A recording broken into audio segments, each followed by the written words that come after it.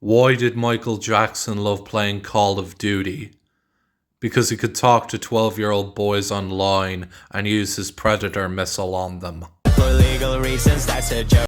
The new biographical movie Michael, starring Jafar Jackson, showing the life and legacy of Michael Jackson, the king of pop, is out now. And, I'm sure most people, if not everyone, when they heard this movie being released, the first thought that came into their head was, were they going to address the sexual abuse allegations? And it turns out they're not.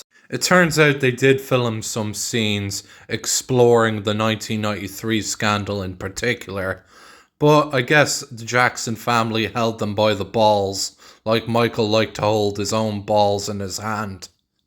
I'm almost certain that the Jackson family understandably didn't want these film scenes, so they spoke to directors and producers to get rid of them. But I have to say, this isn't a good look. Whether Jackson did those crimes or not, you can't just ignore them and act like he was a perfect person.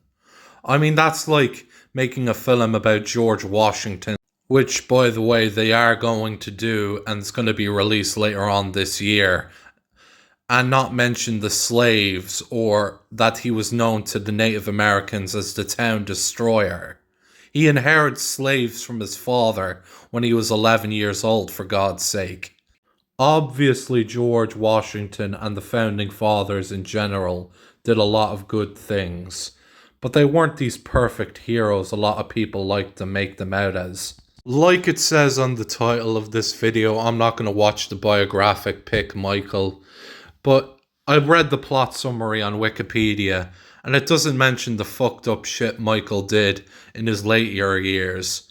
Apparently it ended when he started to do his bad tour in 1988, so it doesn't mention the controversial later part of his life, like for instance the fact that he dangled a baby over a hotel balcony in Europe, which I'm still surprised he got away with.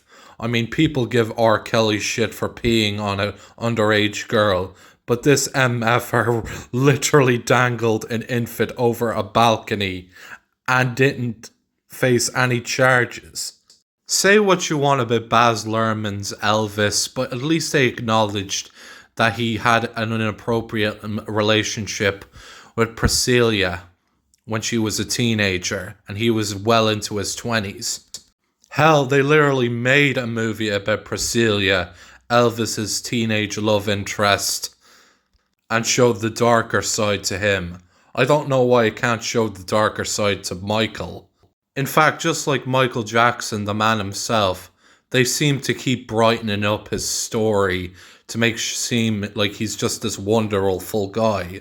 The Leaving Neverland documentary came and went, and it had no impact on his legacy. They still play his music, and now they're going to be playing his life story on the big screen. But I'm not going to be seeing it, and judging by the reviews, I'm not going to be missing out on a wonderful movie either. Anyway, see yous later, courtesy of the Mind of Robert.